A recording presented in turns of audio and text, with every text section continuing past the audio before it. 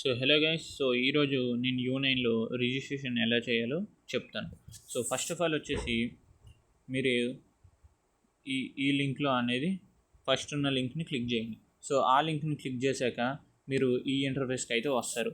So సింపుల్గా ఇక్కడ మీ mobile number and ఇక్కడ మీ పాస్వర్డ్ అండ్ ఇక్కడ అదే పాస్వర్డ్ సేమ్ అగైన్ మళ్ళీ కొట్టండి. సో పాస్వర్డ్ అనేది మీ పేరు అండ్ నెంబర్తో క్రియేట్ చేసుకోండి. ఓన్లీ నెంబర్ పెట్టుకోకండి, హ్యాక్ అయ్యే ఛాన్సెస్ ఎక్కువ ఉంటాయి. ఓకే, సో ఇక్కడ వచ్చేసి మీరు మీ సెండ్ ఓటీపీ అని క్లిక్ చేయగానే మీకు ఓటీపీ అనేది వస్తుంది. సో ఆ ఓటీపీ అని ఎంటర్ చేయండి. సో అంతటితో రిజిస్ట్రేషన్ మీద క్లిక్ చేయండి. మీ U9 అకౌంట్ అనేది క్రియేట్ అయిపోతుంది. ఓకే,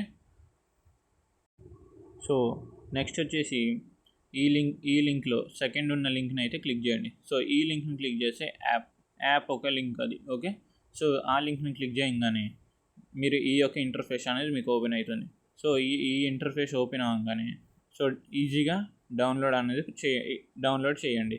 సో డౌన్లోడ్ చేశాక ఇక్కడ మీ 3 డాట్స్ మీద క్లిక్ చేసి సేవ్ టు డౌన్లోడ్స్ అని కొట్టండి.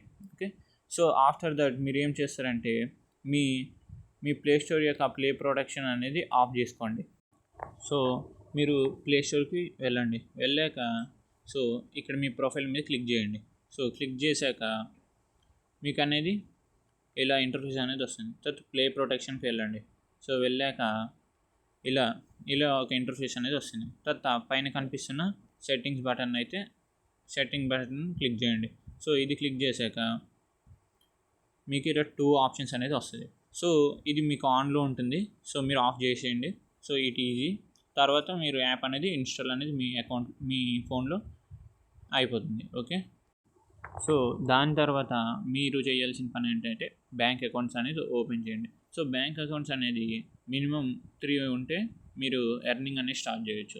సో ఫస్ట్ అనేది జియో పేమెంట్ బ్యాంక్. ఇది ఆన్లైన్లో యూట్యూబ్లో సెర్చ్ చేయండి how to open bank account అని. సో బ్యాంక్ అకౌంట్ అనేది ఓపెన్ చేయండి. And Airtel and next Indus. So ఇవన్నిటితో పాటు 1 ఆఫ్లైన్ అకౌంట్ అయితే క్రియేట్ చేసి పెట్టుకోండి బ్యాంక్ అకౌంట్. సో కెనరా కానీ ఏదైనా యూనియన్ కానీ యూసీఓ కానీ. ఓకే, సో దీని తర్వాత వచ్చేసి సో నెక్స్ట్ ప్రాసెస్ నేను నెక్స్ట్ వీడియోలో చెప్తా. సో మీకు ఏమైనా డౌట్స్ ఉంటే మాత్రం నాకు కామెంట్ చేసి చెప్పండి. సో ఇగోని కామెంట్ చేయండి. అదర్వైజ్ ఇక్కడ నా ఐడియా అయితే కనిపిస్తుంది కదా.